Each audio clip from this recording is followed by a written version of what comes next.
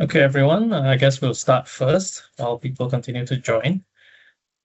So hope everyone can see my slides well and can hear me well. Otherwise, good afternoon. And on behalf of MAS, a big welcome to today's ACMF ISSB virtual technical training for corporate preparers. So before we start, allow me to quickly go through the program just so you know what to expect and provide a quick admin briefing. So first, the program. You already have this, so I'll just quickly recap. We'll start very shortly with some opening remarks by ASEAN Capital Markets Forum Disclosure Working Group Chair, Mr. Ki Rui-Xiong, Executive Director from MAS. And then we are also very pleased to have with us today Ms. Verity Chega, ISSB board member, who will kickstart the training with a session on an overview of ISSB's work. And then this will be followed by sessions led by ISSB colleagues Jonathan Bravo and Jialing Si. We have also allocated some time towards the end of each session for question and answers. So if you have any questions, please type them in the chat and we will get to them as soon as we can. Next, some administrative points to note. As indicated in the registration form, this training session will be recorded and uploaded subsequently at the ACMF website. The recording has already started, so please note that. You'll also notice that the audio and video functions for yourselves have been automatically switched off. This is to prevent any disruption to the training, just in case. So again, if you would like to ask any questions, please use the chat function in MS Teams. Lastly, we also hope to get your feedback on the training session, so please don't leave immediately when we end, as we'll screen an evaluation form for you to scan the QR code or follow the URL towards the end of the session to please leave your feedback. So with that, let us welcome Rui-Xiong, ACMF Disclosures Working Group Chair and Executive Director at MAS for some opening remarks. Rui-Xiong, please. Yep, thanks, Kin, and good afternoon to everyone. Good afternoon to ASEAN Capital Markets Forum colleagues, ISSB board member Ms. Verity Chega, and also Jonathan and Jialing. Thank you for joining us. And to everyone who has joined for our training session, a very warm welcome to you on behalf of the ACMF. We are all very pleased to see the strong participation from a wide range of corporates and regulators across ASEAN, and also from IOSCO Asia Pacific Regional Committee. I think we are all confronting what is a very uncertain and challenging global environment where rising energy costs and supply chain disruptions are no doubt top of mind for corporates, and geopolitical tension continues to exacerbate these challenges. So within this context, the ISSB standards are all the more relevant. They are fundamentally about helping investors understand whether businesses are resilient and sustainable over the long term. Assessing and responding to sustainability-related risks and opportunities enables better long-term planning against evolving business risks. Companies that do this well will be better placed to attract capital, build trust, and navigate an increasingly uncertain world. This is also why we are doing what we are doing here in Southeast Asia and in Asia in general is significant. Despite the geopolitical headwinds we are all navigating, economic and financial integration in our region remains a high priority, and we will continue to deepen this. As our financial markets grow, mature, and become more interconnected, investors operating across borders need a consistent and comparable set of disclosure standards to make sense of the sustainability risks and opportunities of the companies they invest in. Asia is one of the regions leading the way, with several jurisdictions considering or moving towards the adoption of ISSB-based reporting. In fact, some jurisdictions are now at or approaching the point where the first wave of ISSB-based reports are being published. And in Singapore, our largest listed companies will already be starting to issue ISSB-based climate-related disclosures for their FY 2025 reports. This is a significant milestone as ISSB reporting becomes a reality for reporting companies. and it makes the work we are doing today all the more timely. We know that this is just the start of a longer journey. This is why the ACMF has been working closely with the ISSB under the ACMF IFRS Foundation Dialogue on IFRS Sustainability Disclosure Standards. So this is all called AID for short, and it's to support capacity building efforts for the region through these bi-yearly technical training sessions. The topics we will cover today are industry-based guidance, climate-related scenario analysis, and greenhouse gas emissions disclosure requirements, and they have been specifically curated to address challenges that corporates have shared with us that they are facing in reporting. So without further ado, let me welcome Ms. Verity Shagar, ISSB board member, to provide her opening remarks and start the session. I wish everyone a productive session ahead. Thank you. Thank you, Wishang, and good afternoon to the entire ACMF community. We're so pleased to be able to join you today virtually in order to provide this corporate training. We realize that the standards are out there and people can read them, but sometimes in conversation and dialogue, they can come to life and hopefully be a little bit more understandable through this conversation.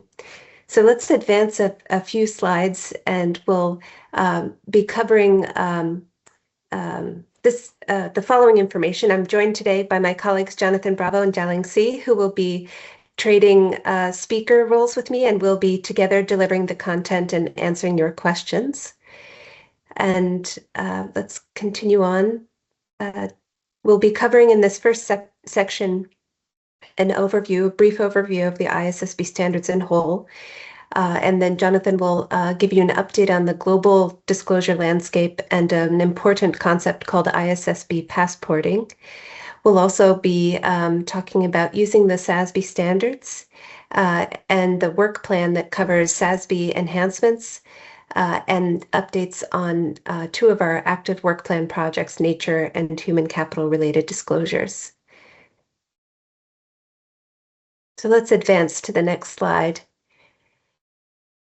One thing that is important throughout the ISSB standards, as you'll see, that there's always an objective, and the overarching objective of the ISSB standards is to require an entity to provide information, to disclose information about its sustainability-related risks and opportunities that is useful to primary users of general purpose financial reports in making decisions about providing resources to the entity. S1 defines what it is to be a primary user. It is existing and prospective investors, lenders, and other creditors. And S1 also talks about the kinds of decisions that investors, lenders, and other creditors might make with this information, including buying stock, selling stock, holding stock, or voting at the annual general meeting of the company. Moving on to the next slide, we'll refer to these investors, lenders, and creditors, or primary users, as investors for short. So we have the S1, IFRS S1. S stands for sustainability standard, which is general requirements for disclosure of sustainability-related financial information. And already you're getting used to the fact that we're talking about financial information for this financial audience. This standard requires material information about all sustainability-related risks and opportunities that could reasonably be expected to affect an entity's prospects. It is built on the TCFD architecture and uses the major components of the TCFD recommendations. It requires industry-specific disclosures and refers to SASB standards as a source of guidance, among others. And then for matters other than climate, it helps provide more than one source that companies can use to provide material information, especially when it comes to the metrics level requirements. Important to know is that S1 can be used with any accounting requirements. Because the ISSB sits within the IFRS Foundation, where we also have the international accounting standards, we have designed the standards to work particularly well with IFRS accounting standards, but they can be used with any GAAP. And on the next slide, we have an overview of IFRS S2 climate-related disclosures. And you'll notice that this standard very much follows the S1 structure and even many of the same words and descriptions, but it provides more detailed requirements related to climate. It does require the use of S1 to make sure that important concepts, foundational concepts like materiality, are in line with S1 as described. It requires consideration of both transition and physical risks related to climate, and requires information that is industry specific, and again refers to the SASB standards to provide guidance for companies in meeting that requirement. Next slide. Over to you, Jonathan. Thank you very much, Verity. And let me start by noting it is my pleasure to join the ASEAN community again today. I think this is the third year in a row since I took part in the launch of the standards in Singapore. So always a pleasure to engage with you. So again, we wanted to provide a bit of an overview of what's the state of the land with respect to the adoption of ISSB standards. And I should say that unfortunately, this slide is outdated because we have another jurisdiction that joined us as of last week. So it's actually 43 jurisdictions that have already taken steps or have adopted or otherwise use ISSB standards, the 43rd being Mongolia. And again, the numbers are pretty stable in terms of the coverage of those jurisdictions that represent over 60% of the global GDP, plus 40% of global market cap and over 60% of the global GHG emissions. So very significant traction since we launched the standards, I think, in June 2023. If we can move to the next slide. Again, here are the jurisdictions that are represented, and what I think is particularly relevant is that you will see requirements are actually becoming effective already in 2025, reports to be published in the coming weeks in a number of jurisdictions, as well as in 2026. So we'll start to see the first cohort of reports being issued, prepared in accordance with ISSB standards. And I think it's pretty remarkable to see what's the journey, particularly in Southeast Asia, with 2 jurisdictions already with requirements effective in 2025. That's Singapore and Malaysia. Another jurisdiction coming on board in 26, that's Philippines, and in 27, very, very soon, Indonesia and Thailand coming on board. So you'll see there's a significant amount of jurisdictions in the Asia Pacific region already introducing the standards into regulatory frameworks. So a pretty remarkable journey so far. But if we can move to the next slide. Verity mentioned before one of the discussions that is actually becoming relevant today, because of course with those jurisdictions coming on board, it's important to address cross-border considerations, and every jurisdiction is taken on board a different adoption approach, different extensions of relief, and we certainly are interested in facilitating a discussion that aims to reduce fragmentation and again particularly looks into cross-border issues. And we're very cognizant that this is really a decision that needs to be made by the different regulators. So we've set up the jurisdictional adopters working group, which is now a group of the relevant authorities, regulators, policymakers, and jurisdictions responsible for setting the form and content of sustainability reporting in order to be able to have those discussions and collectively see whether there is a pathway that we can take together in order to streamline, I think, again, reporting, particularly for entities that may have to face reporting obligations across different jurisdictions, and ensure that we continue to work towards the delivery of the level of consistency and comparability of sustainability disclosures for investors. So again, what is this ISSB passporting concept that the ISSB has been talking about? So it's really an option that regulators can consider to allow foreign issuers or subsidiaries of foreign entities to actually use ISSB standards as issued by the ISSB in order to meet reporting requirements in the jurisdiction. And this is already something that is in place in many jurisdictions. Some jurisdictions are already encouraging the full use of ISSB standards in order to meet the domestic obligations. But again, we need to be cognizant that even though many jurisdictions are adopting the standards or designing local standards that are aimed to deliver functionally aligned outcomes, those slight differences can create certain friction in the market. So we're very much interested in the spirit of trying to address and streamline reporting to enable that discussion. So the JWE, which is this group that is an expansion of the former jurisdictional working group representing 35 jurisdictions altogether. They will be meeting for the first time in person in London, 1st of July, with the goal to address this as well as other supervisory and enforcement matters. So with that, we'll move to the next section, and I'll hand it back to you, Verity, to cover the work plan. Thank you. Thanks, John. And I'll take about the next 10 minutes to tell you about the work we're doing at the ISSB. Everything we do is within our formal work plan, which is developed in consultation with the public, with the market. And so what you see here are the three main areas of work that we are focused on in our work plan through 2026. We are focused first and foremost on supporting adoption and implementation of the ISSB standards. And so the work that Jonathan just described in terms of 43 jurisdictions adopting requires a lot of effort to make sure that jurisdictions have the information they need to answer their questions about application and suitability for their market and so on.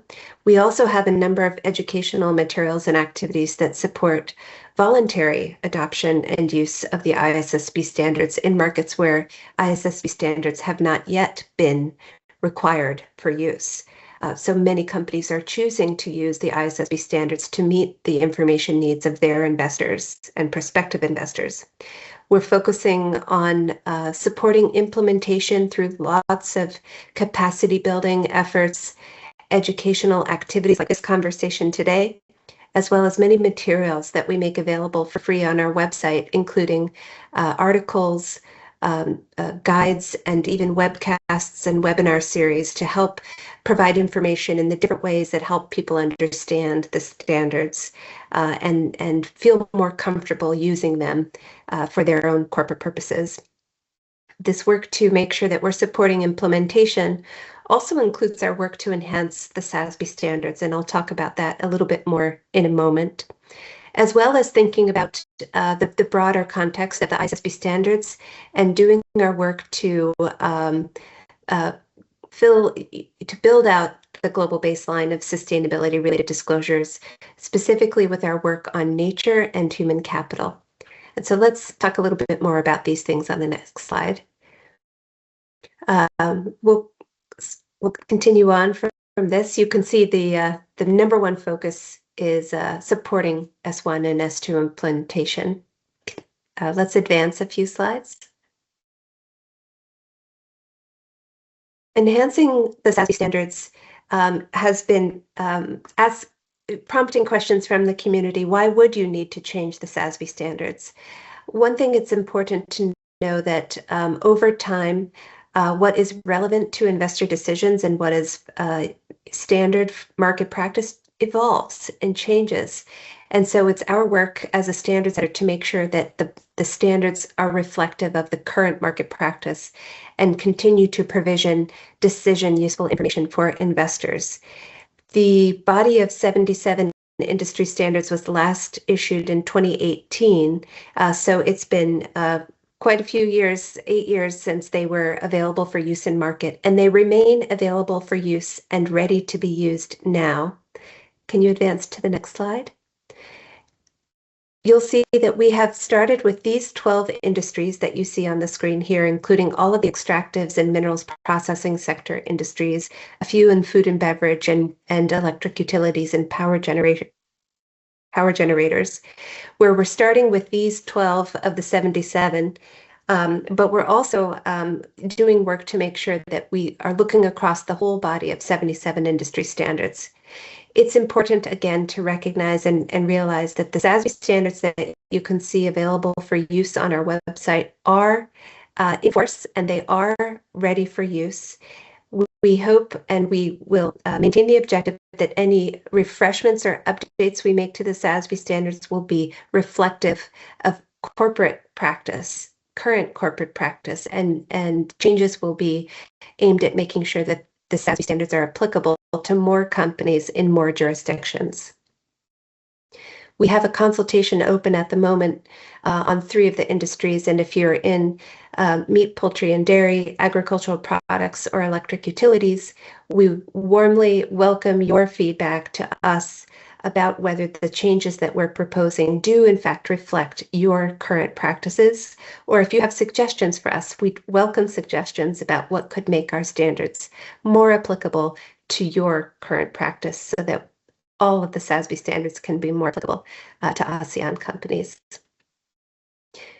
As I've been saying, we have been really focused on making sure that the SASB industry standards are easier to use and that they work with ISSB standards and IFRS in particular more consistently to make sure that you can use them with your current financial reporting regime.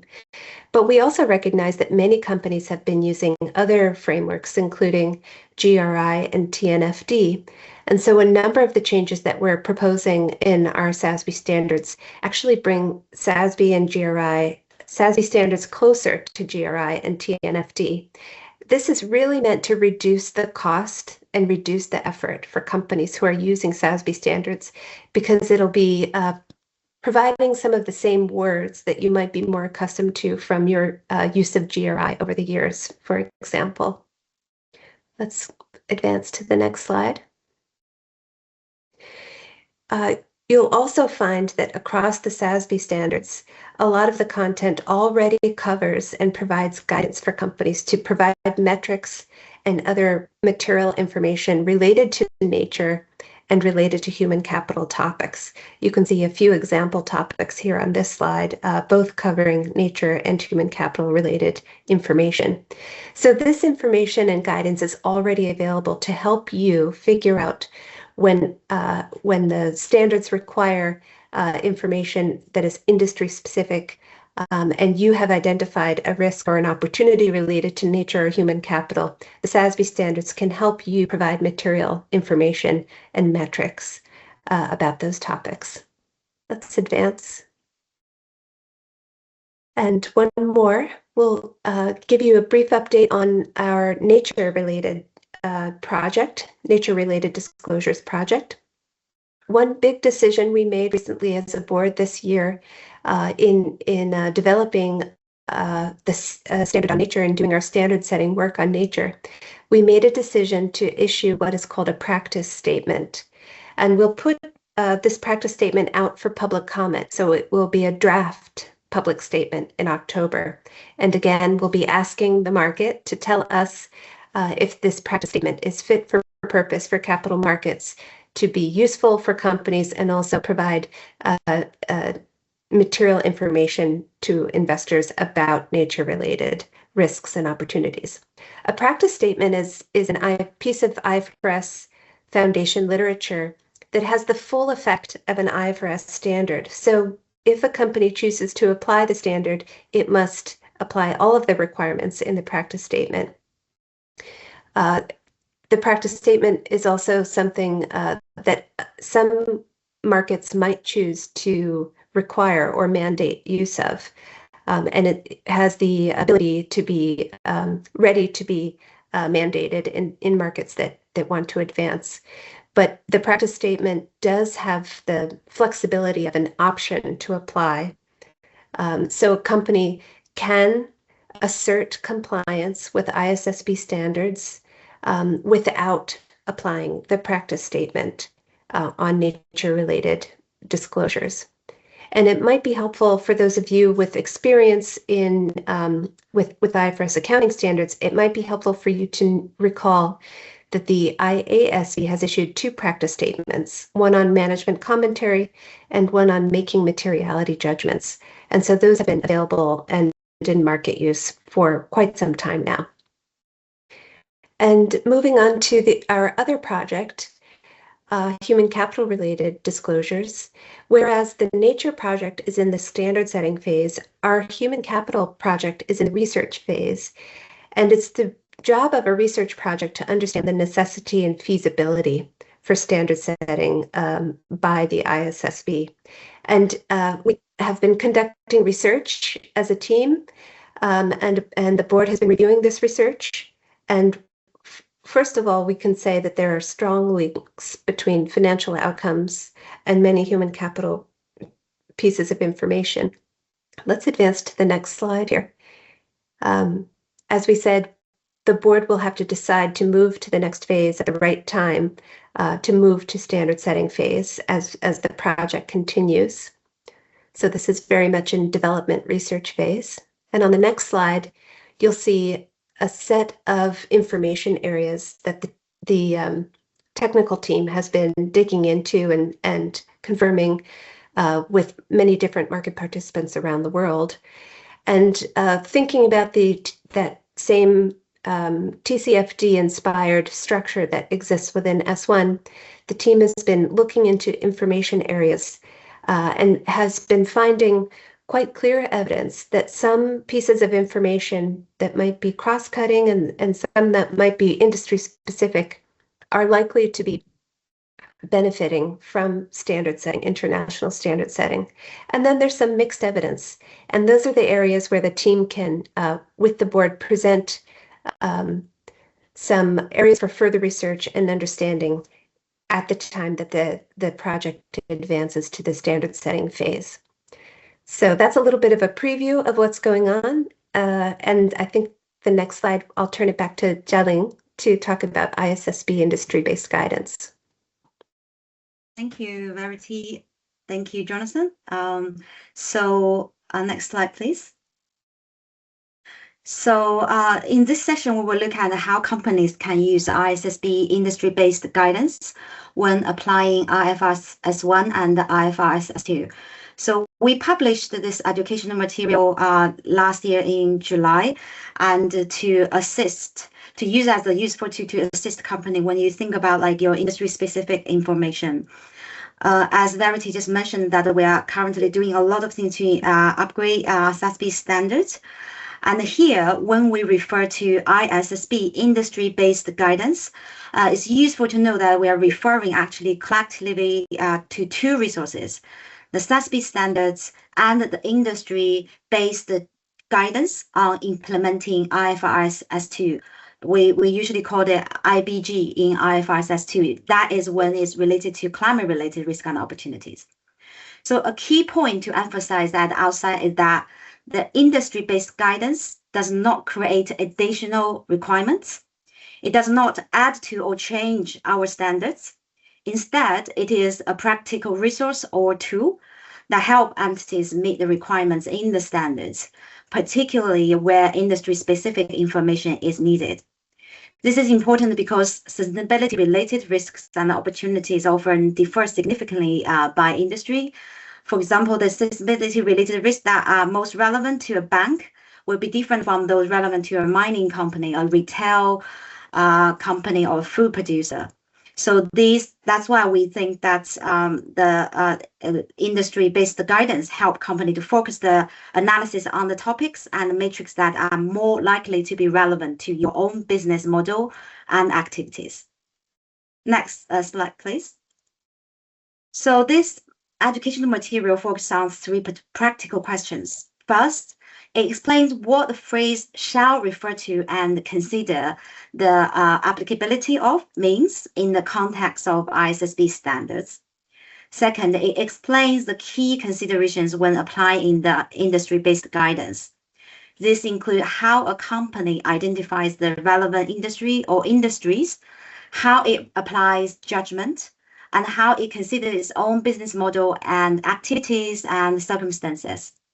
Third, explain the disclosure requirement that may relate to how an entity has used the industry-based guidance.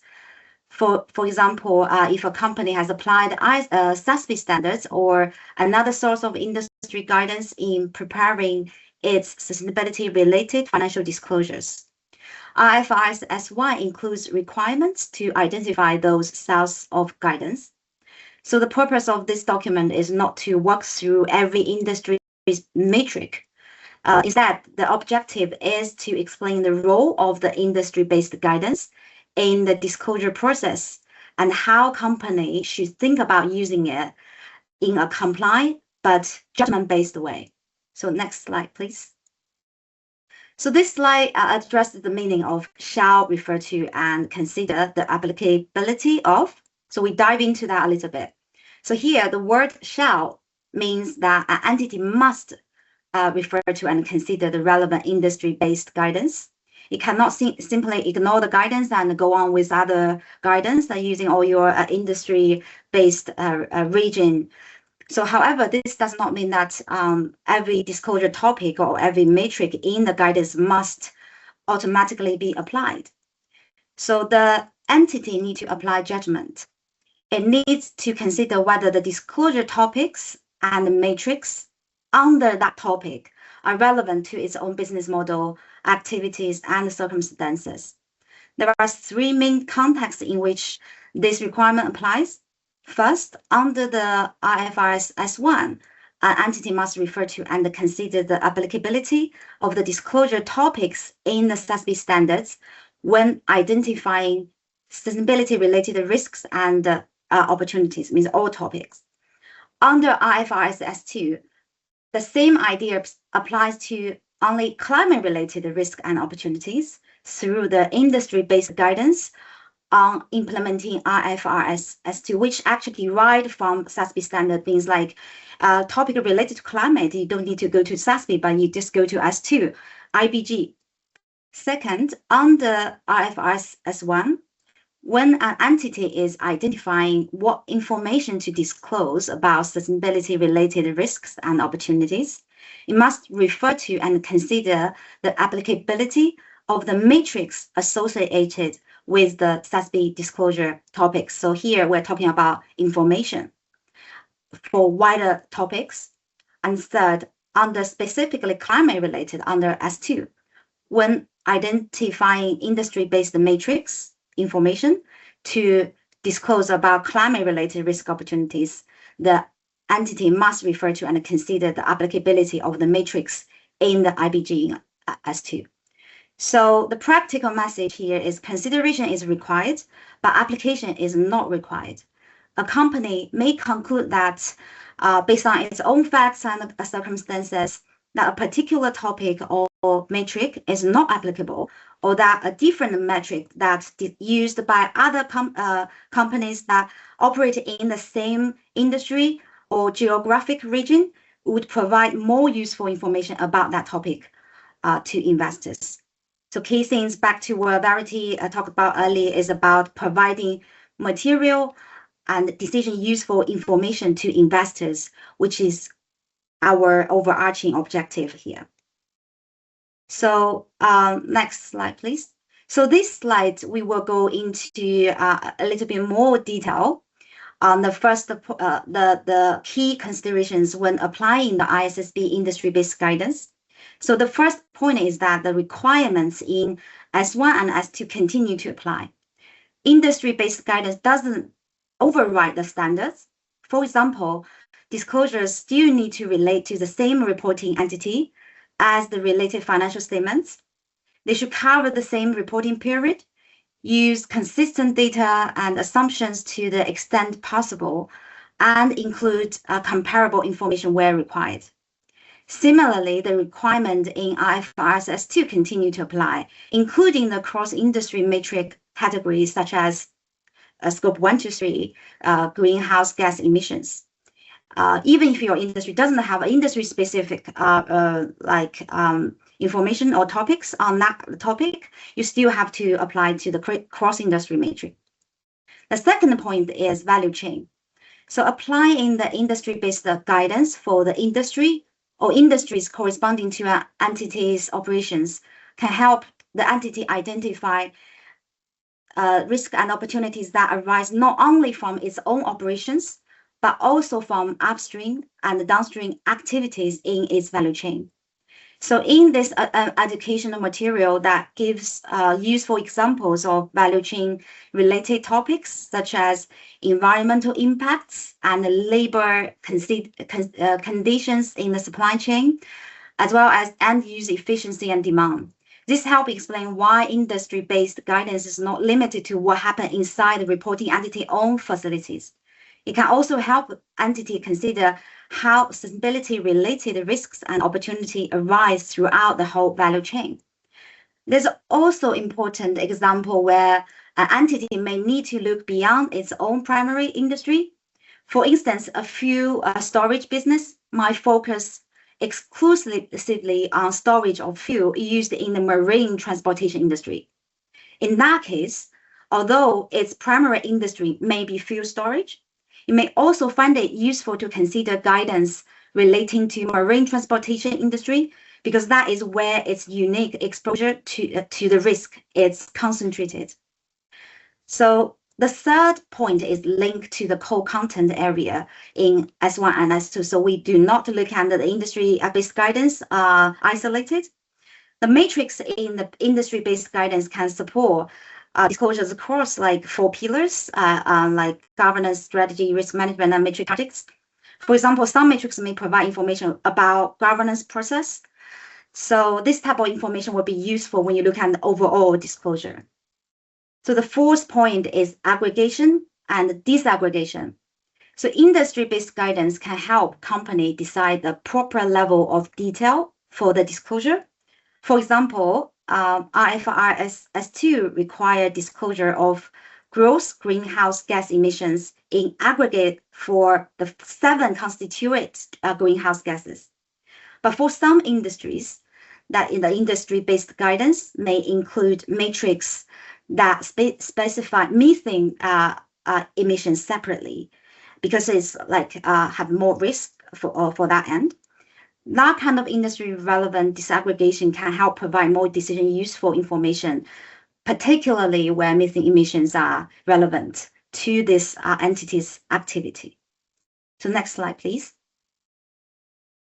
So finally, the slide focuses on disclosure about the use of industry-based guidance. Here we say that paragraph 59 of IFRS S1 requires an entity to identify the specific standards, pronouncement, industry practice, and other sources of guidance that it has applied in preparing its sustainability-related financial disclosures.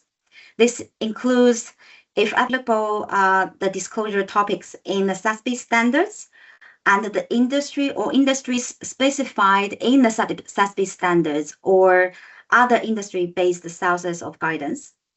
Paragraph 74 of IFRS S1 actually talk about require an entity to disclose the judgments that have the most significant effect on the information included in its sustainability-related financial disclosures. For example, that a company operating in an industry where investors would ordinarily expect the ISSB industry guidance to be relevant.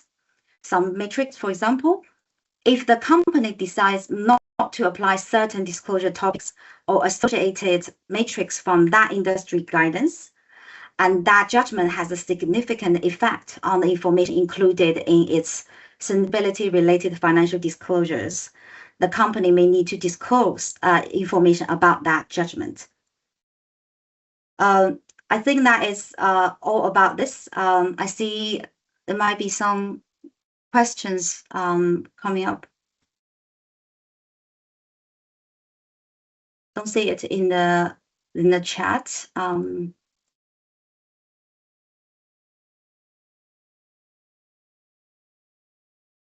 Any questions on this session?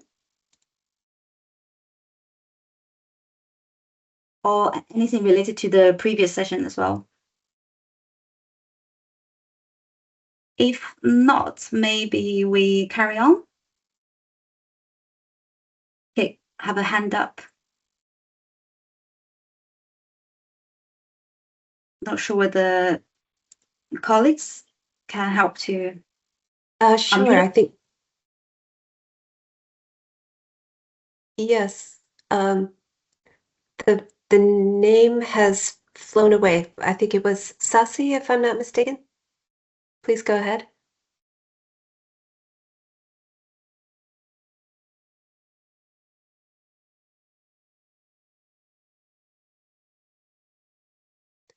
Sasi Chaparala, if you have a question, please go ahead. Please unmute yourself and ask the question.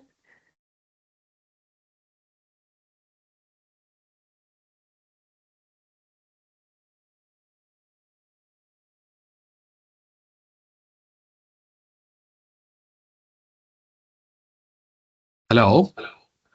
Yes, hello. Yeah.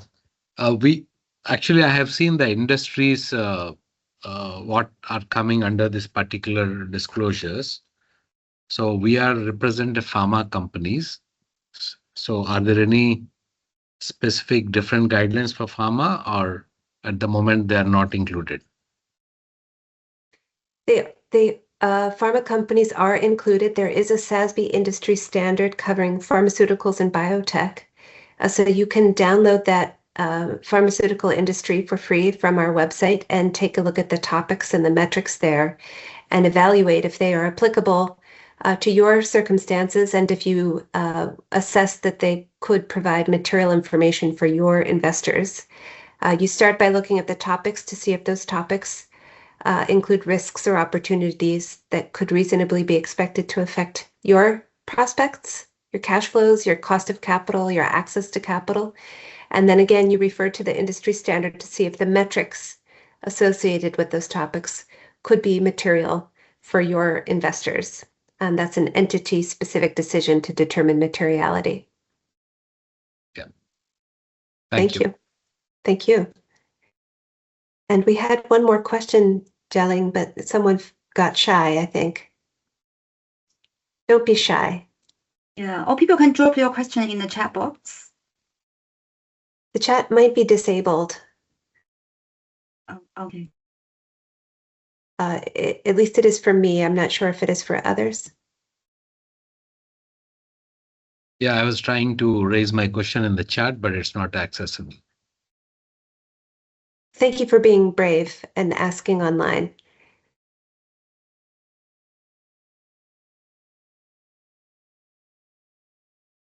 And also, Verity, on this point, I think some company might be relevant to multiple industries, right? And also like what we mentioned about upstream and downstream, like sometimes you don't, you also have to look at the company, industry specific information about your value chain company, right? So on your first question, if you are at a company that operates in multiple industries, you would look to multiple SASB industry standards or look to the industry-based guidance to S2 for multiple industries. Wherever you have business activities, you would look to the relevant SASB industry standard that that covers the business activity that you perform. And you can start with the industry description. The industry description is a good place where we describe the different business activities across multiple types of companies in the value chain of the industry named, such as pharmaceutical. And then if you read that description and see that your company's operations and activities could somehow fit with that, it's likely that the topics and metrics will be applicable to you. When considering value chain, you might, and considering the risks and opportunities across your value chain, you might look to the industry standards that relate to your suppliers or your distributors or customers to understand the topics or risks and opportunities that could be affecting companies in those industries, but you would not be required to disclose information particularly in the metrics, as if you were operating in that industry. So you would be thinking about considering your value chain. And the SASB industry guidance could be a helpful way for you to understand the risks and opportunities that could affect your suppliers or your distributors or customers, and therefore could affect your own prospects by presenting risks or opportunities in the value chain. I shouldn't have been surprised to get the most sophisticated question from my own colleague. Well done, Jialing. Thank you. It's just like I think that was quite often asked, so I just helping here. Good. I don't see any other hands up. Am I missing any, Jonathan? I don't think so. So before we move into the next section, I think, again, just a reminder, you mentioned that earlier. I think we released back in March an exposure draft consulting on 3 SASB standards. And again, because we would like to ensure that we take on board any feedback, particularly from Asian preparers and companies, as well as other stakeholders. Again, we would invite you to take a look to the exposure draft. It's out for consultation until at the end of July, I believe. So very much encourage you to provide input so that that can be taken on board by the teams when finalizing those 3 standards as a way to, again, ensure that your voice is also factored into the process when we finalize those standards. So with that, maybe in the interest of time, we can move into the next section. There will be further opportunities, I think, for questions. So any of you that haven't had the chance, I think, to put your hand up, you will have further opportunities. Oh, we did just see one hand up.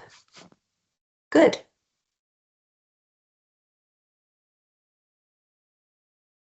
It was a flash. Oh, Bayu Adi Taufan, please go ahead. That's me. Thank you so much for the explanations. Learning from this is very helpful for us. I am coming from a financial institution.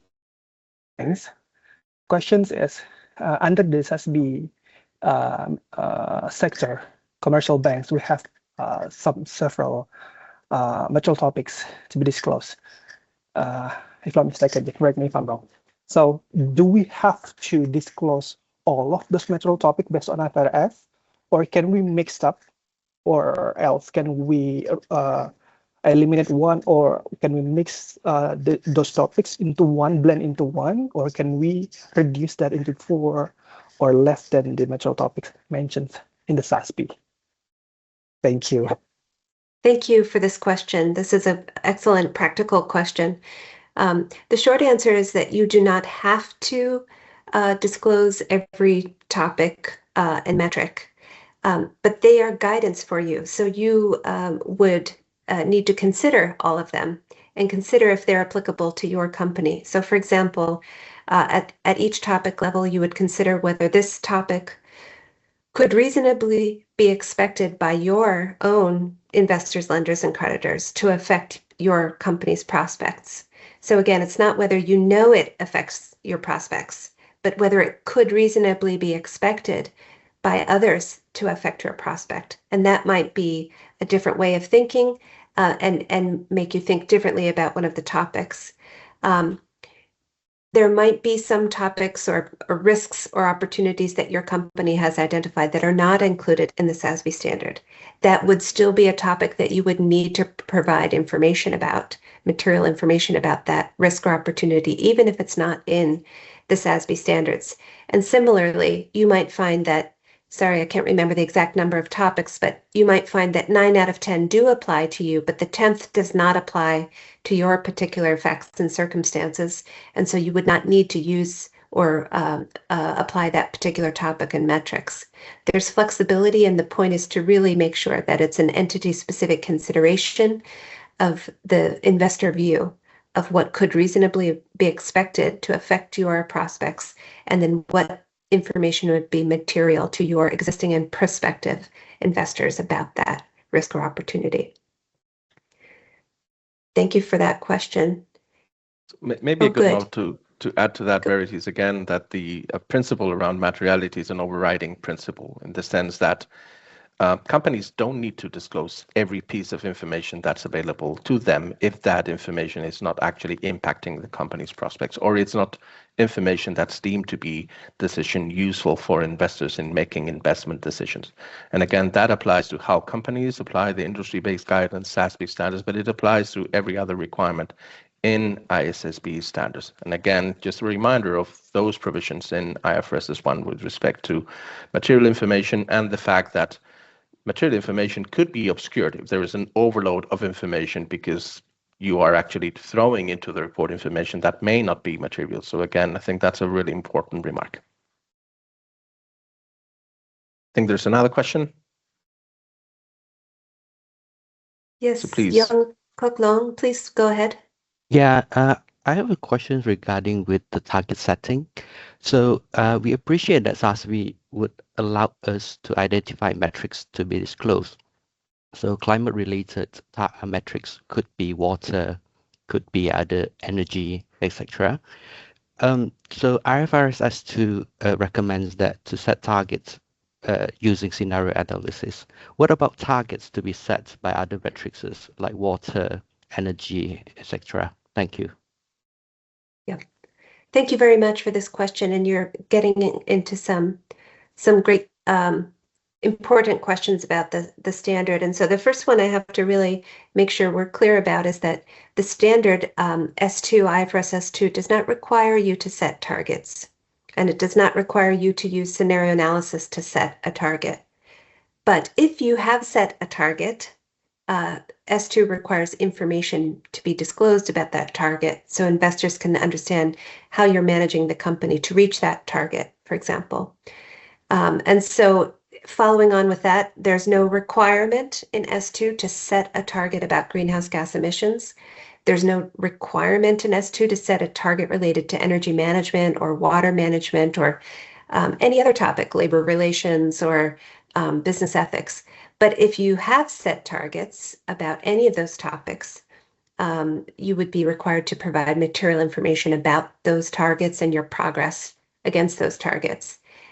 Some of the particular metrics in the SASB standards might be useful in helping you gauge progress and milestones toward meeting the targets. But that's a really important clarifying point, that it's only when you have set a target that you would be required to provide information about it. Hope that's clear. And Yolin Ya, if you would unmute yourself and please go ahead. Yep. Hi, yeah, sorry, I was having problems trying to unmute earlier. Okay, my question concerns ESG material matters that we have assessed under GRI in relation to sustainability risks and opportunities. So not necessarily, I see it this way, not necessarily that we have risks in terms of the ESG matters. We mostly do, but not necessarily for all. At the same time, there are climate and sustainability risks under IFRS S1 and S2 that may not be in our ESG material matters. Can you imagine? I mean, an Yes. example may be a policy, government policy. It's not necessarily one of our ESG material matters. Yeah. So Okay. I'm struggling on how do we do the assessment and the disclosure. Yeah. Thank you for sharing your challenges. This is really helpful to understand what's really causing some questions. I think you will find the guidance that we have available on our website, which we call materiality guidance for short, but maybe one of my colleagues can find the specific full title so that we can steer you toward the right particular document.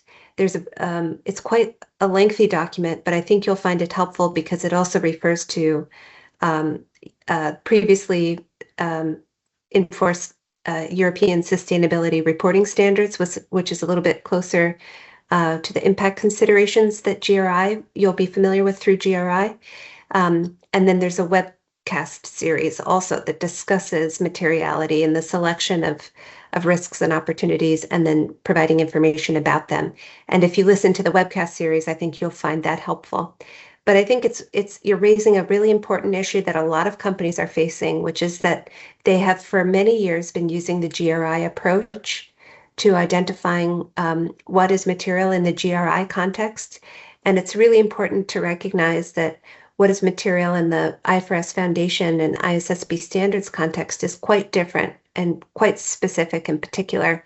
And so you have to start with understanding this particular definition of what is material to understand how you then go forward in your process. So at a very simple level, and I'm going to oversimplify this because I'm sure you're more expert in GRI than I am, so forgive me here, but I understand that it would be a multi-stakeholder evaluation of what is important to many different stakeholders and what could affect the business, and then you would sort of triangulate or do that assessment of what is both important to many stakeholders and important to the business. The materiality definition of IFRS Foundation standards, including ISSB standards, is only about the information level, so not at the topic level. Information is material if omitting, misstating, or obscuring it could reasonably be expected to affect the decisions of an investor. So it's that financial markets stakeholder only that is important for determining what is material information that you would disclose in accordance with ISSB standards. And then when you're thinking about identifying the topics, or in the ISSB language, we call them risks and opportunities, you would need to think about put yourself in the shoes of those investors and lenders and other creditors and think about what could they expect to be an issue, a risk or an opportunity that could affect my company. And of course, that could be enhanced through direct dialogue, as you might be familiar with through GRI, but it's really a distinct, different process from the GRI process. And I encourage you to check out our educational materials, which are, I hope, quite helpful. Thank you for that question.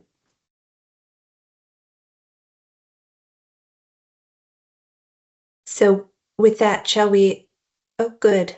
We keep sparking more questions. Shyam, please go ahead. Hello. Yes, hello, we hear you. I just went through the supply chain management section in biotechnology and pharma companies. In that there is a question saying calculate and disclose the percentage of the company's facilities and tier 1 supplier facilities that participate in the RX 300 International Pharma Supply Chain Consortium Audit Program. But in one of your slides 12, you said countries like China, Uzbekistan, Kazakhstan, all these countries are yet to be determined. But most of what if our suppliers, most of our tier 1 suppliers belongs to China?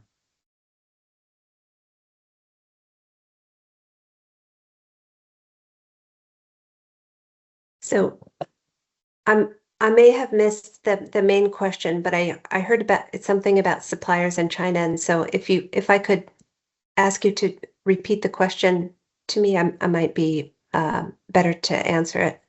Yeah, to determine our tier 1 suppliers in the supply chain management, most of them are not implementing any of the internationally required sustainability standards or the data. So it's a huge gap for logistics data and scope 3 emissions also.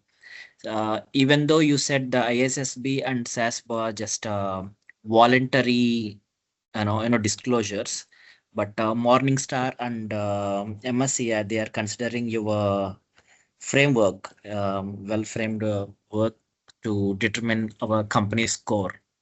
So we feel like there is an indirect effect on our score. So okay. Yeah.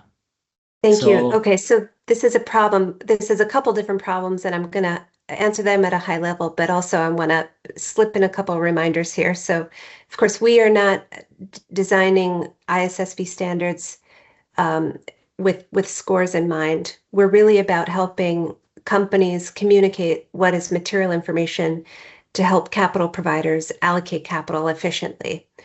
I know sometimes scores can make a difference in that regard, but we don't really have anything to do with ratings or rankings or scores. Even though, because our standards are a public good available for free, some of those ratings and ranking providers might use our material and information for their own processes. But I think I want to zero in on the challenge and the problem you described, which is when some of your suppliers are not providing information using the same ISSB standards, that can create a challenge for you. And we are very much aware that companies are operating in an ecosystem, and there are different players at different levels of joining the ISSB global baseline. More every day, as Jonathan described, but not yet everyone.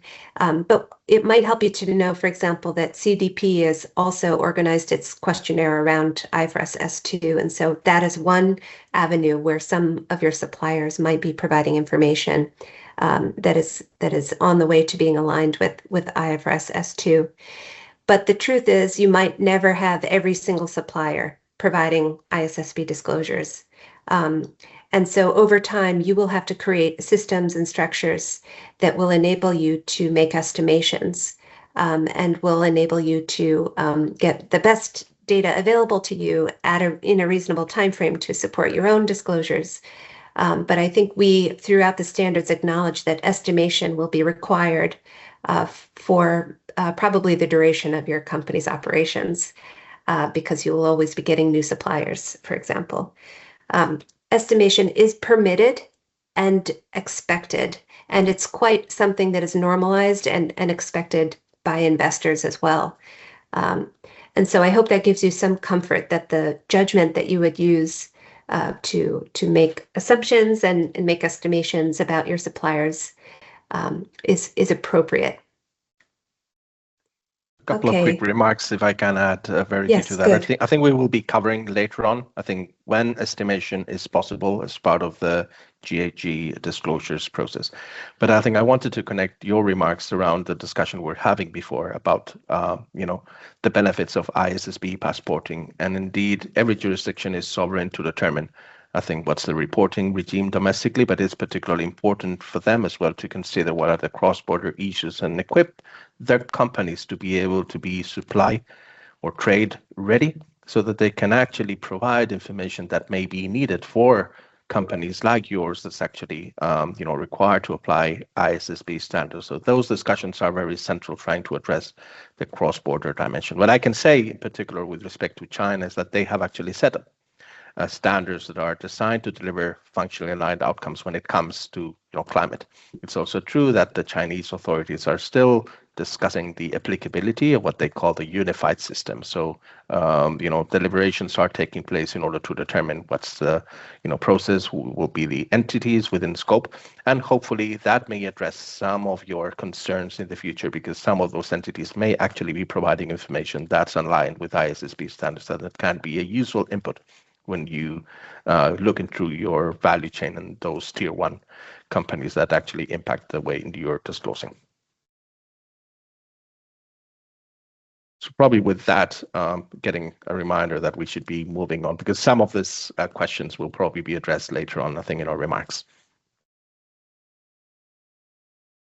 Okay, thank you. So let's move on to the next section, where we'll discuss climate resilience and climate-related scenario analysis requirements on the next slide. So I'm going to take roughly about the next 20 minutes to talk about the requirements, which are these two: disclosing information about climate resilience, and then using climate-related scenario analysis, which we'll just call scenario analysis for short here. This is important to understand that scenario analysis might be used for other risks and opportunities in your day-to-day business activities. But here we're talking about climate-related scenario analysis in the S2 context. So on the next slide, you might have to click ahead a few to get the slide, all of the features of the slide to show up here. This might be an animation. Thank you. So these are the requirements in S2 related to disclosure of climate resilience. S2 requires that you provide information that helps investors understand. You'll always go back to that original objective, to help investors understand. And in this case, it's the resilience, understanding the resilience of your strategy and your business model to climate-related risks and uncertainties. And so investors will want to understand, do you have the capacity to adjust to climate-related changes or developments or uncertainties? Do you have the capacity to manage the risks or take advantage of the opportunities that you're noticing related to climate? Do you have the ability to respond and adapt to climate-related transition risks and climate-related physical risks? So this is really about strategic resilience in your business model, but also about operational resilience of your plant, property, and equipment to any kind of risks and opportunities related to climate. And let's move ahead to the next slide. And thank you.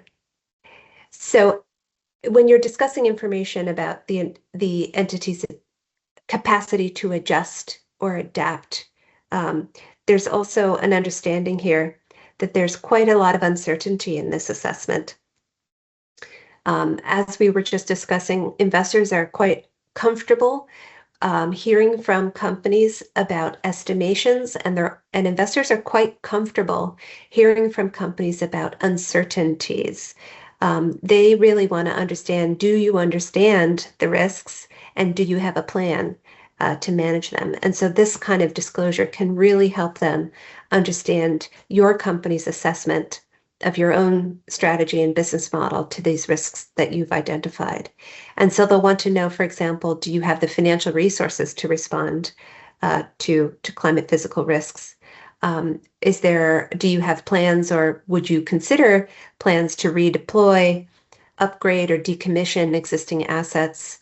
And they'd also want to know about, any currently planned investments or CapEx that would help you mitigate or adapt to climate risk.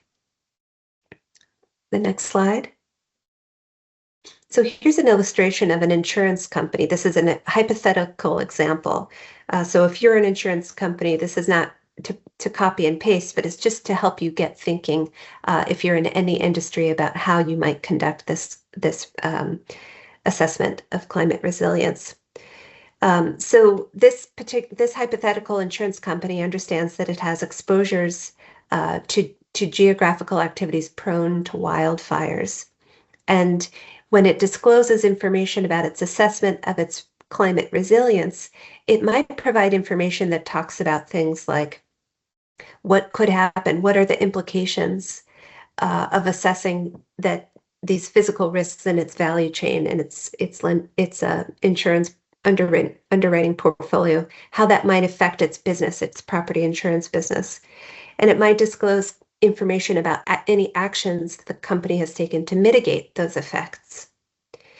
The company might also provide information about the uncertainty and the significant estimation going on in this assessment of resilience. It might provide some information about the quantitative modeling it undertakes, but it might provide information about how that could either underestimate or even overestimate the effects of climate-related physical risks.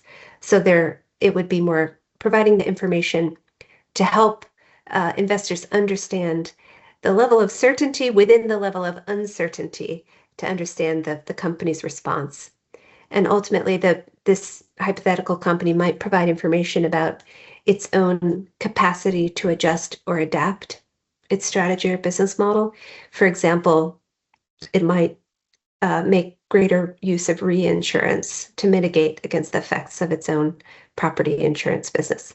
So that's one example. And let's move on to the next slide to talk a little bit more. So when you're assessing climate resilience, you are required to use scenario analysis. This is explicitly written in S2. So you use scenario analysis. S2 requires the use of scenario analysis to inform specifically the company's assessment of its resilience, its climate resilience. And in that climate resilience assessment, you assess the resilience of your strategy, the resilience of your business model, and your own capacity to adjust and adapt. And then you provide disclosures, information about this assessment. And you also are required to say how and when the scenario analysis was carried out. And that's important when we get to the next slide. So here is sort of the steps that you do. So S2 includes application guidance that really specifies all of this. And the application guidance is authoritative. So you've got to follow the Appendix B you must follow Appendix B in order to assert compliance with IFRS S2. And it's there where the application guidance provides the detailed guidance for how to do this resilience assessment based on scenario analysis, but it's also where we provide information about some of the reliefs or accommodations we've provided within the standard to help make it more feasible and more doable for companies to achieve this requirement. The application guidance requires an entity to use an approach to scenario analysis that is commensurate with its circumstances and requires the company consider all reasonable and supportable information that is available at the reporting date without undue cost or effort. And these are two what we call proportionality mechanisms that help make it possible for companies of different levels of experience and different levels of resources to all be able to apply and meet the requirements of S2. Let's move on to the next slide. So when you're thinking about assessing your own circumstances to understand what would be commensurate with your circumstances when using scenario analysis to assess your resilience, you would think about sort of starting with your risk exposure. Do you have a high risk exposure to climate, or do you have a relatively low risk exposure to climate? Or maybe you've got huge opportunities that are resulting from climate change that offer opportunities for you to bring your products and services to market. Whenever the higher exposure to risks or opportunities related to climate might require a commensurate level of more sophistication and more effort input into the analysis. And then when you're thinking about skills, capabilities, and resources that are available to you, you would think about not only your own staff, maybe you've got high risk exposure to climate risk, and so you've got on staff some PhDs who are climate scientists and who help with the modeling internally. That might be a more sophisticated approach. But maybe you don't have any climate specialists who are on staff inside your company. And so you might use external resources or consultants or advisors who provide that expertise to you to help you assess the resilience of your company. You would also consider the cost and effort required. And we can move on to the next slide. So here's another illustration of two different companies and how they might think through this, these proportionality mechanisms. So the top company X, these are hypothetical companies, is a large energy company, and company Y on the bottom row is a mid-sized consumer goods company. And so let's say company X, the large energy company, has a high degree of exposure to climate-related risks. And it also has on staff the skills and capabilities and resources to do sophisticated quantitative modeling within scenario analysis to understand its resilience. This is something that is normal within the industry practice, the global industry practice. And so this particular large energy company, using the more sophisticated approach, might determine that it requires an advanced approach, including quantitative modeling, given its high degree of exposure and its high skills and capabilities and resources. On the other hand, this mid-sized consumer goods company might assess that it has a more moderate degree of exposure to climate risks, and it does not have the skills, capabilities, and resources today to conduct sophisticated scenario analysis. And so this company might conclude that the commensurate approach that is appropriate is something that is a more simple type of scenario analysis, one that focuses on qualitative analysis. You might even have thought about this as what ifs, sort of considering what if our plant, property, or equipment is impacted by storms related to climate change. Then we might have to rebuild, or we might have to move our operations. This type of qualitative, more simple approach could also be commensurate for this hypothetical mid-sized consumer goods company. It's important to know that both are appropriate and both are compliant with IFRS S2. So there's a range of approaches that companies can take and still be correctly applying IFRS S2 and in compliance with IFRS S2. Let's go on to the next slide, please. So when you're thinking about the approach here, so after you have identified the commensurate level of approach to scenario analysis, you might have to then think about some of the analytical choices you make. For example, qualitative analysis or quantitative modeling. Both could be appropriate. Some companies might even use both, but either or would be in compliance with IFRS S2. And you also would select the inputs or this for the scenario analysis to conduct. And it's IFRS S2 does not prescribe the particular scenarios to use, but the standard requires that you have a reasonable basis so that you're not just making it up because your cousin had a great idea about a scenario, but rather that it's suitable and applicable to your own company's activities, and that you have a supportable basis for using the particular scenarios that you choose, and that they should be relevant to your own company's circumstances. Okay, let's move on. So here's another illustration using the same large energy company and the same mid-sized consumer goods company that are hypothetical. So that large energy company might have 4 different scenarios, for example, that it would use as inputs for its own scenario analysis.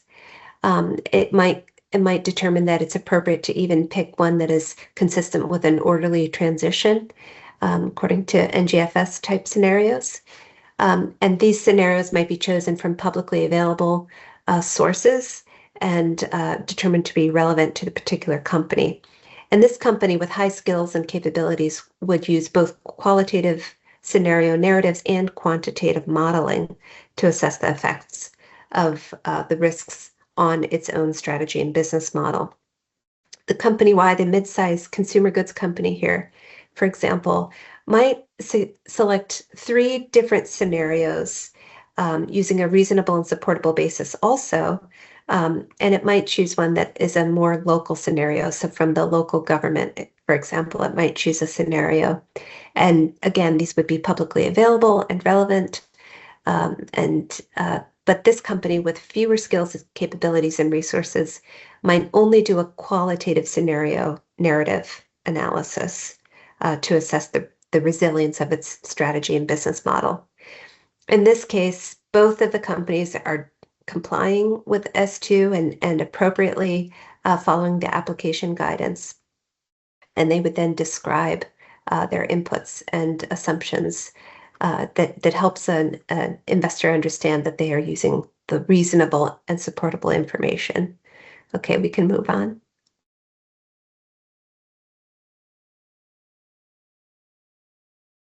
This is really just an illustration to show that if you have higher exposure, you might need to have a higher or more advanced approach. If you have higher skills, capabilities, and resources, you might need to have a more advanced approach.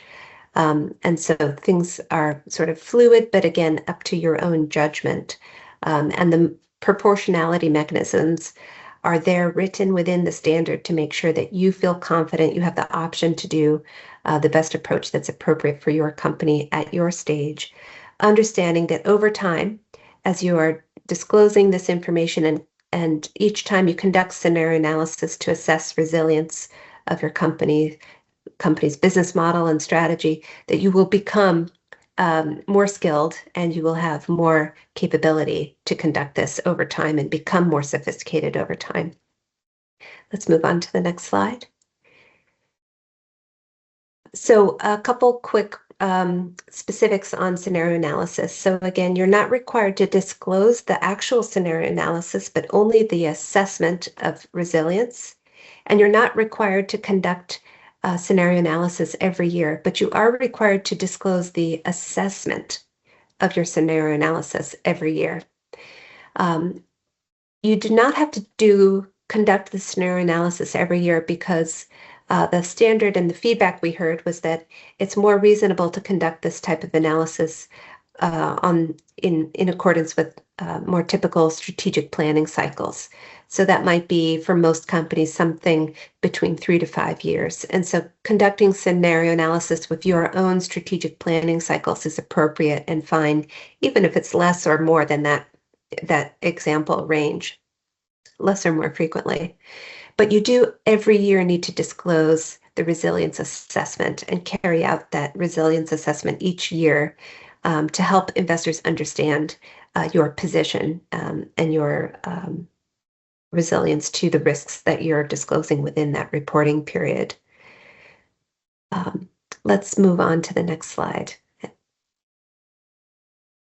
And you, as we said briefly before, you must disclose the inputs, the key assumptions into your analysis, and you must disclose the reporting period during which the scenario analysis was carried out. And this is because of that flexibility that you might have conducted scenario analysis 5 years ago, but you're reporting today in the current year what your assessment is based on that analysis 5 years ago.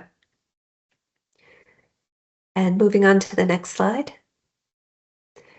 I think we'll skip over this one and move on, I think, in the interest of time.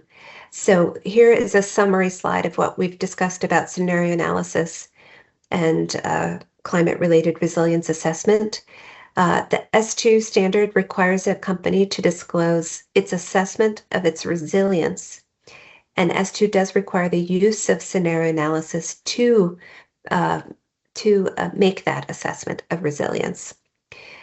We also acknowledge within the application guidance and basis for conclusion that scenario analysis might inform other disclosures or decisions, including identifying risks and opportunities. S2 requires that an entity use an approach to scenario analysis that is commensurate with its own circumstances. And those proportionality mechanisms that we talked about provide some flexibility so that companies of all different levels of experience and size are able to successfully apply S2. S2 does not say which inputs or scenarios you must use in your own analysis, but requires a company to provide information about how it selected those scenarios so that investors can understand that the company has provided and selected relevant scenarios, inputs, and assumptions. And moving on, I think I'll be passing the baton to Jonathan. Thank you very much, Verity. And in this section, I think we're going to turn into one of what it is, might be one of the most decision useful aspects of sustainability related disclosures in accordance with IFRS 1 and IFRS 2, which is current and anticipated financial effects. And I think investors increasingly really want to understand not only the sustainability risks and opportunities that an entity faces, but particularly how these factors may influence future cash flows, access to finance, cost structures, capital allocations, and overall financial resilience. And again, in that sense, anticipated financial effects also provide an important bridge to understand that interplay between sustainability information and the financial planning decisions that management is already making or plans to make. So as we look through the following slides, I think we will particularly dive into what our ISSB standards are asking companies to disclose, the level of specificity that's expected, and some of the practical judgment that's involved in preparing those disclosures. So I would like to, in this slide, introduce, I think, two categories of financial effects that sit within the strategy pillar in IFRS 1. The first one is, of course, current financial effects, which really focuses on the reporting period. So in other words, we're looking into how sustainability-related risks and opportunities have already affected the entity's financial position, financial performance, and cash flows in the period being reported. The second one is anticipated financial effects, which looks forward across the short, medium, and long term. So that forward-looking perspective is not just a broad narrative about possible impacts, but it needs to be connected to how the entity is planning.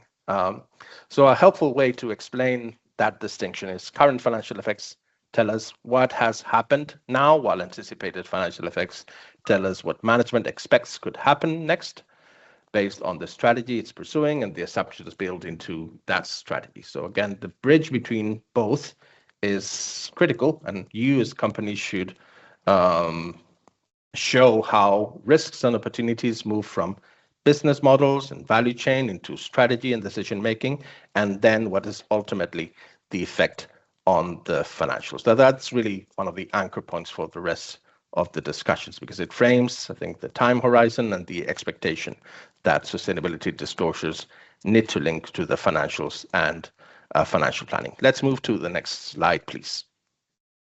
So again, we're going to look into what are the overarching requirements for disclosing financial effects under IFRS 1 and IFRS 2. And the key message I would like to pass along to you is that ISSB standards do not ask companies to choose between both quantitative and qualitative. They expect actually disclosures on both where information can reasonably be provided. So the starting point is always a combined picture. It's a narrative explanation that's supported by numbers. And that applies whether we're talking about current or anticipated financial effects. So on the quantitative sides, the standards perhaps are a bit more flexible around format. They allow entities to disclose either a single amount or a range, depending on the level of precision that is supportable. And again, that is helpful in sustainability reporting where estimation and certainty can be high, but decision useful quantitative information may still be available. So in the scenario where quantitative information cannot be provided, the standards do not really ask, well, silence is the approach to be followed. The company really has to explain why not is in a position to provide quantitative information, and it must provide qualitative information about totals, subtotals, line items that are likely to be affected or have been affected, or where possible, give information about quantitative information about those combined effects. So really the practical takeaway is that companies should aim for transparent, decision useful disclosure, scaling from precise numbers to ranges, again, to narrative explanations where measurement is not yet possible. Can we move to the next slide? So focusing perhaps more specifically into current financial effects. So as I mentioned before, these are effects that have already influenced the entity during the reporting period and how it relates to the information covered by the financial statements. So I think one of the key points here is that ISSB standards require more than just a general statement about how sustainability-related risks and opportunities matter. They ask for both quantitative and qualitative information, and entities need to explain whether those risks or opportunities have affected the financial position, the financial performance, the cash flows, and then connect to what's disclosed in the financial entities. So again, the position should be entities really are trying to help users understand what has happened now, and then with anticipated financial effects, what will happen after. So if we can perhaps move to, let's skip this slide, I think, in the interest of time, and let's move into this one on anticipated financial effects. So again, here we're really looking into the forward-looking aspects, and just a reminder that they also sit within the strategy-related disclosure. So the key idea here is that the company needs to explain how sustainability-related risks and opportunities are expected to affect the business over the short, medium, and long term. And again, that's different from the current financial effects, which, as we've seen, are anchored really on the reporting period. So here the emphasis is really on what management expects to happen and how those expectations connect to planning and decision making. So the strategy considerations should really be visible in the financial story, the financial narrative, in capital allocation choices, in balance sheet effects, and future funding needs. So entities also need to explain what has been the response to risks and opportunities and how this shapes future performance and cash flows. This is why anticipated financial effects are really more than just a forecast in isolation. They're really embedded into the strategy determinations, strategy discussions at the board and the strategy disclosure. So seeing this way, they really act as a bridge between sustainability priorities and the financial consequences expected over time. Let's move into the next slide, because I think as Verity was covering before when we're touching on scenario analysis, I think it's important that we look into what are the proportionality mechanisms. So how to apply correctly the existing proportionality mechanisms and how they relate to current and anticipated financial effects. So you will see on the left-hand side, which are the mechanisms that can actually be used for both for current and anticipated financial effects. And I think, these are the general application mechanisms aimed to help preparers communicate decision useful information without creating unnecessary duplication or artificial precision. So I think it's probably worth drawing the distinction that explains the different approach that's taken for current and anticipated financial effects. For current financial effects, these are expected to be more firmly connected to the reporting period, circumstances that have already happened, uncertainty is perhaps a bit more limited, and therefore the proportionality accommodations are a bit narrower. On the right-hand side, in turn, you see what are the mechanisms that apply only to anticipated financial effects. And these are reliefs that are designed to reflect the greater uncertainty that is involved when looking forward over the short, medium, and long term. So again, the starting point here is that when preparing disclosures about anticipated financial effects, entities must use all reasonable and supportable information that is available at the reporting date without undue cost or effort, and they must use an approach that is commensurate with the skills, capabilities, and resources available to them. So again, this is a practical application mechanism designed to help companies make an assessment that's practical rather than delay disclosures until perfect information really exists. So the standards do recognize that there are circumstances in which quantitative information doesn't need to be provided, and I think that applies to both current and anticipated financial effects. And an entity may omit separate quantitative disclosures if the effects are not separately identifiable. If there's measurement uncertainty that's perhaps too high, then the information wouldn't result in decision useful information for investors. But as I mentioned before, that flexibility shouldn't be read as there is a free pass not to say anything at all. In those cases, I think the entity should still attempt to explain why quantitative information hasn't been provided and give meaningful qualitative information or combined information so that users can still understand the financial implication. We acknowledge that anticipated financial effects may be harder to isolate, estimate, or quantify reliably. So that's why the proportionality mechanisms apply, particularly in that field. So if the answer leads to omitting quantitative information, I think the disclosure shouldn't stop there. Again, the disclosure objectives, it's important that we note that they remain intact. It's important for investors to understand the direction, the nature, the significance of the sustainability-related financial effects, even when precise forward-looking information is not feasible. And again, just as a general remark, good disclosures should tell investors what management knows, how that connects to the strategy, and why a quantitative estimate is not currently achievable. So again, I think in the interest of time, I'll move here. Maybe we can pause a little bit to see whether there are any questions before we cover greenhouse gas emissions.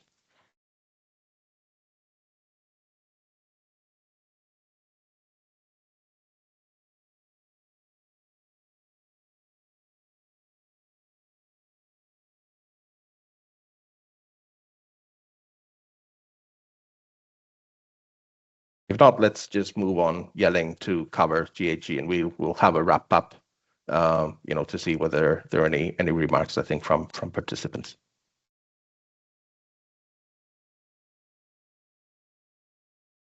I think Okay, Verity. Yes, let's move on to the next slide and we'll talk about greenhouse gas emissions. So S2, as a reminder, does require Scope 1, Scope 2, and Scope 3 emissions. Of course, as with all of the disclosure requirements, materiality applies here. On to the next slide. There are requirements to use the greenhouse gas protocol for the measurement approach to for measuring and then the S2 standard for disclosure requirements about the greenhouse gas emissions.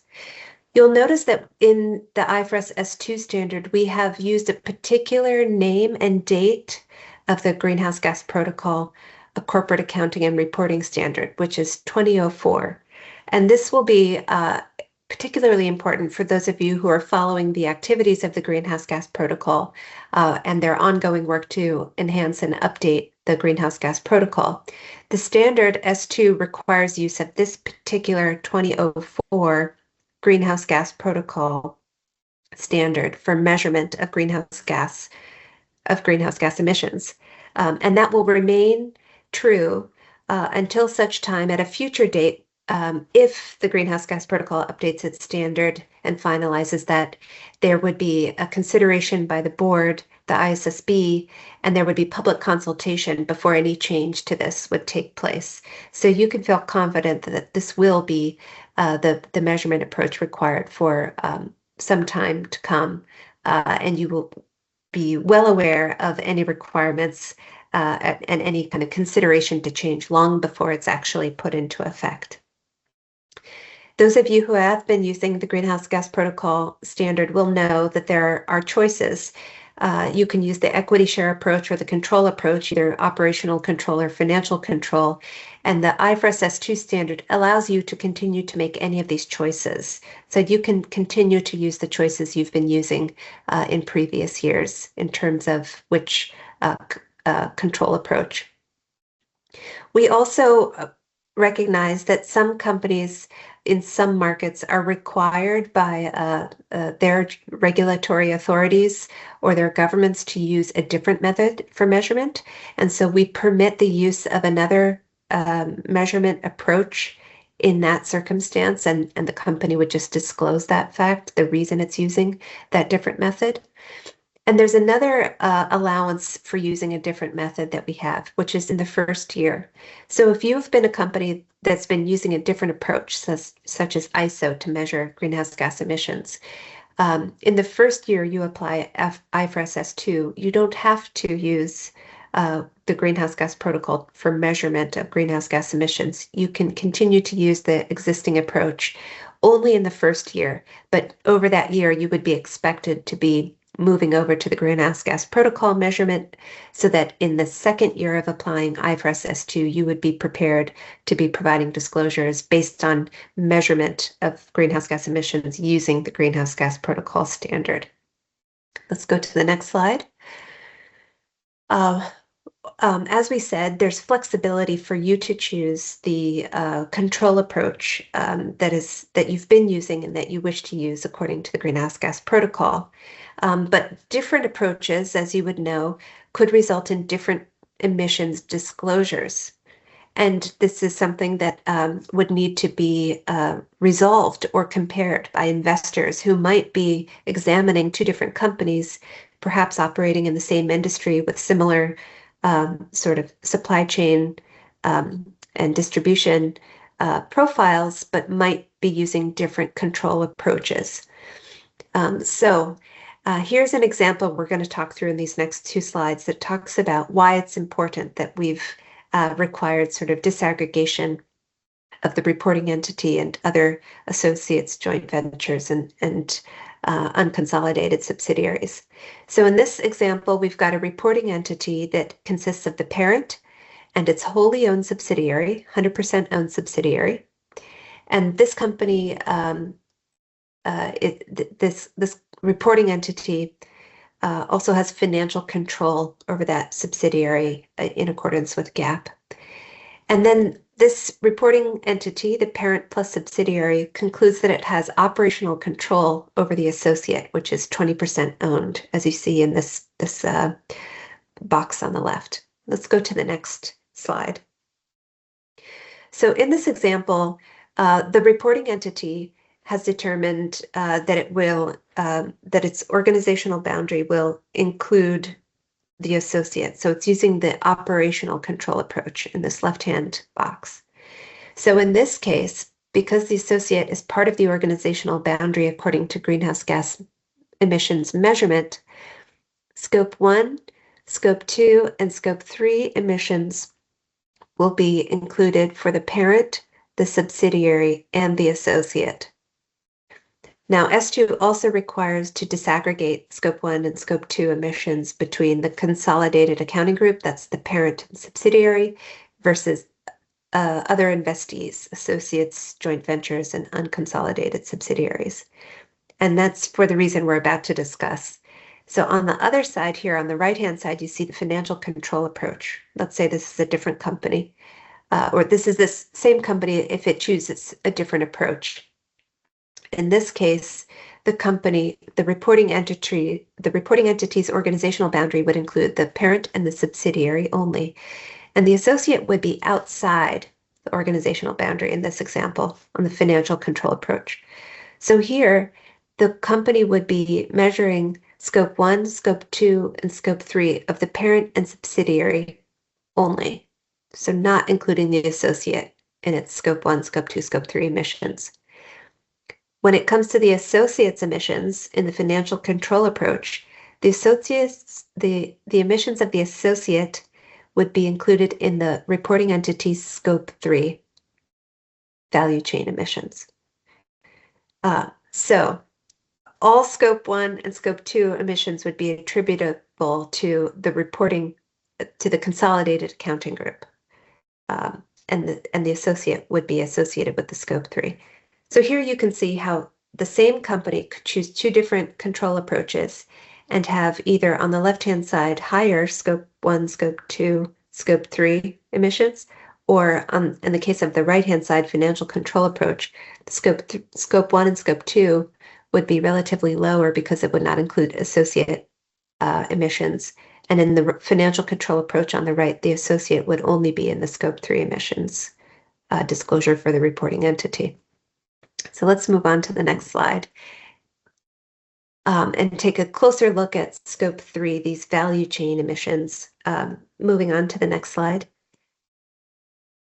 Firstly, it's important to remember that the S2 standard requires use of the greenhouse gas protocol standard for measurement of Scope 3, of greenhouse gas emissions.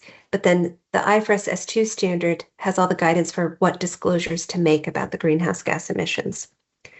The standard S2 also requires that all of the Scope 3 categories be considered, and S2 also requires additional disclosures particular to companies with activities in asset management, commercial banking, or insurance to provide financed emissions.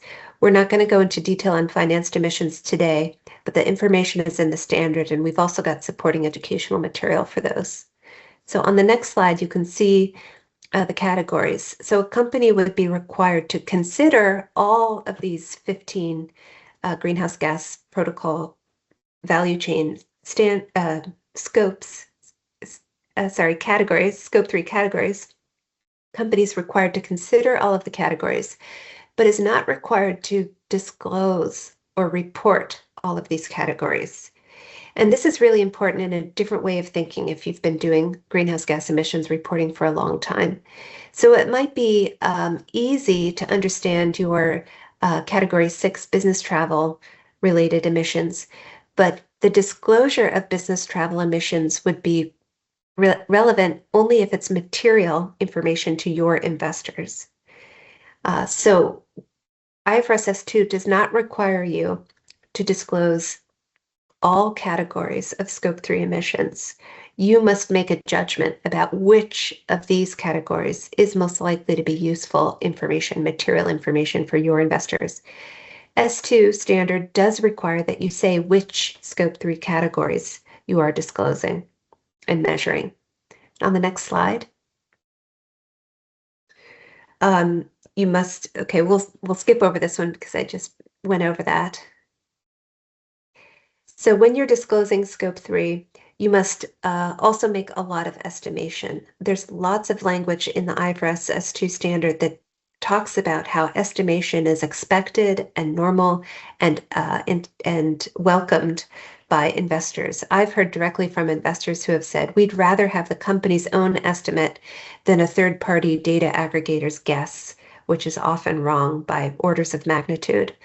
So investors understand you're making an estimation here, and they welcome that because you understand your business and your value chain much more specifically than any third party could. You must, S2 does require you to provide information about the approach you're using and the inputs and assumptions in terms of your Scope 3 measurement. And on the next slide, there is a description of the Scope 3 measurement framework. So understanding that estimation is such a big part of Scope 3 disclosures, IFRS S2 requires that companies use this Scope 3 measurement framework that is embedded within the standard.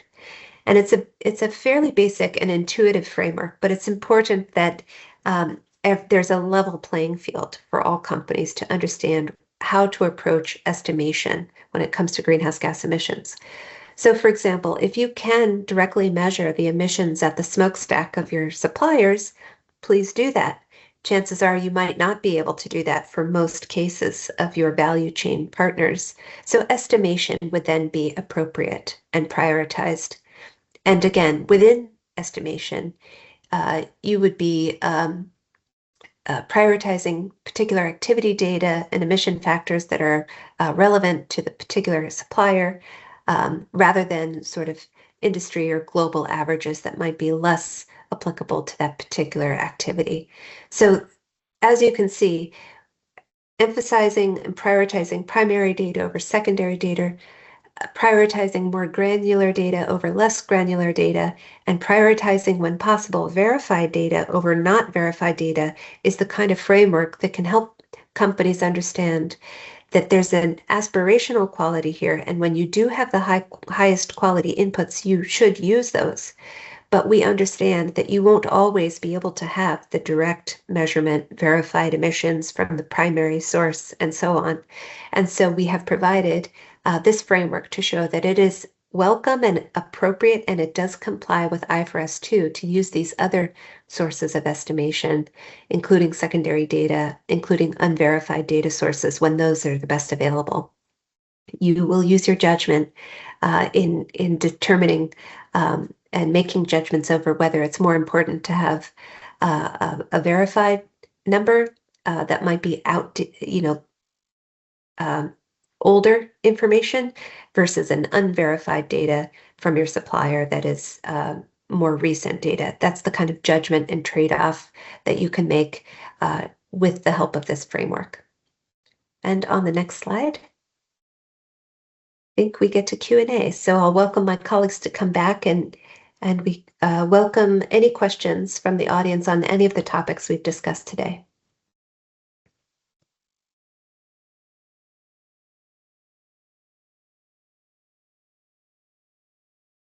Claire Ong, please go ahead. Hi. Yeah, I hope you can hear me. Yes. Thanks for the presentation just now. So, my question is on slide 48, where the paragraphs on the left-hand section. So, it states that IFRS S2 does not require the company to update our scenario analysis annually, but the paragraph at the bottom then says we need to carry out the climate resilience assessment annually. So these two lines seem to be contradictory. So hope to seek clarification on this. If you can elaborate more about what this means. Yeah, thank you. Yes, thank you very much. It might seem contradictory, I understand that, but it's a difference between actually conducting and doing the scenario analysis, which is not required to be done every year. For example, you might select a range of scenarios that you think are a reasonable range appropriate for your business, and knowing about your own strategic plans for your business operations, you might conduct that scenario analysis with your strategic planning cycle, which you do every 3 years. But it's then the assessment after doing the scenario analysis, you then see those scenarios and apply them to how resilient your company would be, how resilient your business model is. Would you have to change what you produce or what you sell? Would you have to change the services you offer based on the scenario analysis you've done? Would you have to move where your operations are, and would that change whether you're vertically integrated or not? Would you have to build facilities or plants in a different location because you've assessed a certain kind of risk to the physical climate risk, for example? Is your business model resilient? Is your strategy resilient as it is today?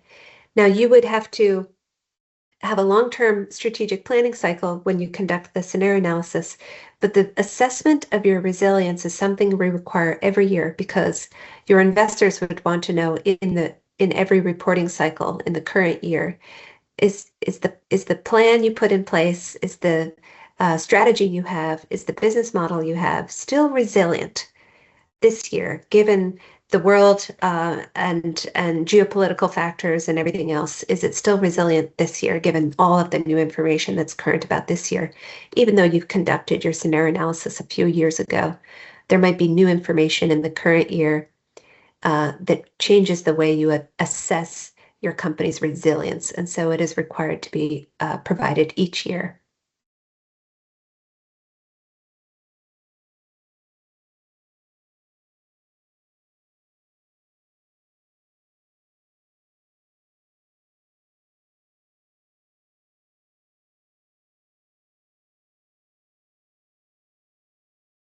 Well, I don't see any other hands up at this time. So either we've answered everybody's burning questions or we've worn everyone out. Either way, we've done our job. And so it might be on us to hand back with our joint thanks very much for your participation and engagement and all of your excellent questions. It's really been a pleasure to be with you today.